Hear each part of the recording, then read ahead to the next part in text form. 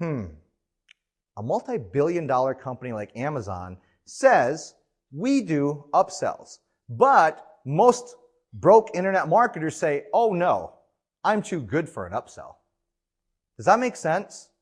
So what should you do? You should have an upsell, because if it works for Amazon, it works for you too. But on the thank you page is also an upsell or a downsell, whatever you want to call it. I call it a downsell. It's not like you're downselling them, but you're giving them a sale after. After they complete the order, again, we're going to offer them another product. So we're offering them a product before they buy, and we're offering them a product after they buy, because what does Amazon do? After you buy, they say people have bought this product have also been known to buy this product. They don't stop, so why should you? But a little tiny thing, an upsell. Even if you suck at upsells, you will still get 10% of the people to actually take you up on the upsell.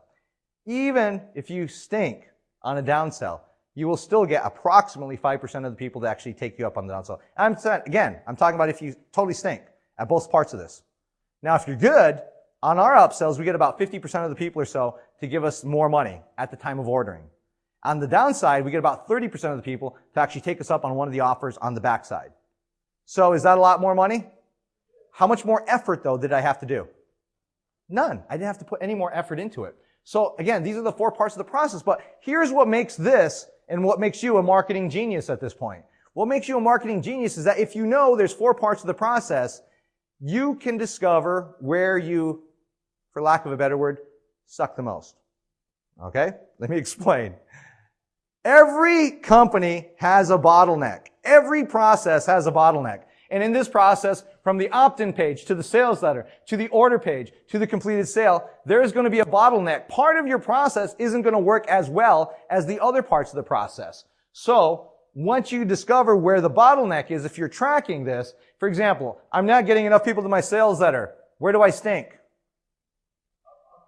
My opt-in page. So, do I have to focus on the rest of this? No. I only have to focus where? One spot. This spot. That's all I have to do. All my time and energy has to go into this spot. I can't focus on anything else until I get enough people to see my opt-in page. If I don't get enough people going to my order page, where's the problem? Sales letter. You know what? It sounds so simplistic, and people say, well, it can't be that easy. Oh, yes, it can. Because most people try to overcomplicate. It's the internet, right? It's got to be complicated. No, it doesn't. We just need to focus on the parts that we need to know where the bottleneck is. So now, why did I show you this? Very simple. Once you understand this process, let me explain to you how the actual email model works for this process. An email model. Again, email sales letter, an email newsletter, that's what we're selling. We go to an opt-in page. Okay, first of all. They go to an opt-in page, we bribe them to see our sales letter. At that particular point, the sales letter is trying to sell our email newsletter. Our email newsletter may sell for, I don't know, let's say $20 as an example. As an example, our newsletter sells for $20. Now, at this particular point, they go to buy it. And let's assume they buy it, they go to our order page, and then ultimately they end up they complete the sale and they end up on the thank you page. The thank you page, here's what the thank you page has on it. Another opt-in box. Except this is a private opt-in box, meaning this never gets displayed anywhere. If they give us our name and email address there, they go onto the private newsletter list. So now, those are the only people that are going to get our newsletter every single month. So when we send out a new issue, what do they get? We just send it out to that list. That's it. It's so easy. We don't need anything. We can go to Aweber. We can get an autoresponder there. If we have one shopping cart account, we can use the autoresponder account with one shopping cart. But most people think this is too easy in order to make money. People are making loads of money all over the internet using this exact model by simply sending out a newsletter. So what does a newsletter look like? We're not talking about a big fancy newsletter. I do a newsletter called the Internet Marketing Newsletter. It's a big PDF file, looks cool. I'll show you an example of that later on. But that's not what I'm talking about. I'm talking about a simple text newsletter. So what does it contain? It might contain 2 or 3 relevant articles for that particular topic, whatever topic that you choose. Could include a joke on that topic. Could include some latest news on that topic. We want to be careful about adding news, because if we add news, we can quickly have our newsletter outdated. But here's the other part. Did I say that we had to write all this? Any part of this, did I say we had to do it? No. So now, if I know what I need, and I know the topic, all I have to do is do some research, find out the topic I want to do it on, and then what I do is I hire someone else to write me the newsletters. So, let's look at this. You preload your content. So if we hire someone to do this, we can preload our autoresponders ahead of time. So we hire someone to do it. So what do you need if we're doing weekly? We need 52 issues. So I hire someone to write me 52 issues of a newsletter. If we're doing it monthly, I only need 12 issues. It's very simple. But I can outsource this whole thing. I mean, what if it cost, I don't know, $5, $10? Let's say it cost me $10. It cost me $10 for each newsletter that I have someone else write. Well, $10 times 52, let's say. Let's use the worst case scenario, a weekly newsletter. $520. $520 for the year. So that's our whole business for the whole year. And if I preloaded it into my autoresponder, how much work do I actually have to do the rest of the year? None. Zero. Zilch. Nada. Nothing. Except the marketing aspect, of course, in getting people to subscribe and buy that particular newsletter. But we can outsource the whole thing. We can outsource everything about this process. That's the neat part about this.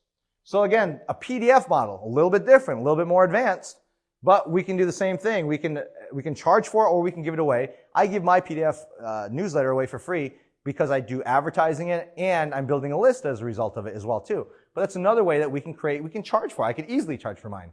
It gives you a visual advantage. People like pictures and you can make it look more like a magazine. I mean, here's something called my internet marketing newsletter. My internet marketing newsletter is kind of cool. In fact, I think it's one of the best newsletters online, but then again, I'm pretty biased. In fact, let me show you the current issue, because the current issue is really kind of cool. So let me just kind of take a look at this for a second.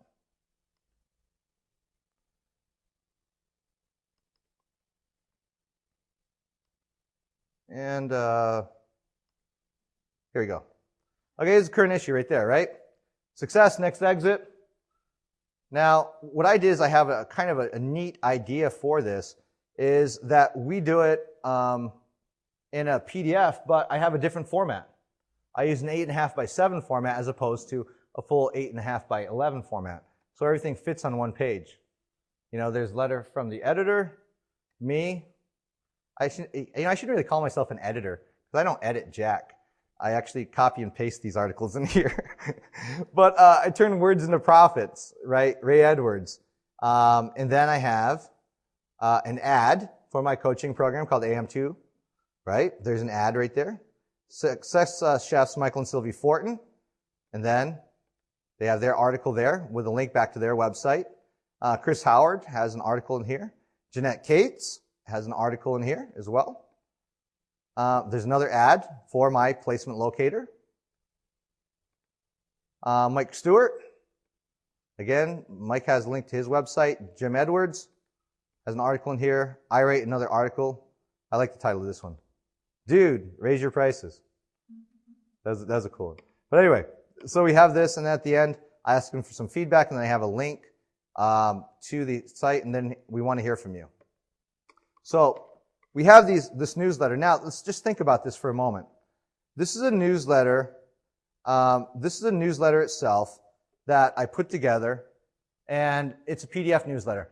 How much did I write of that whole thing?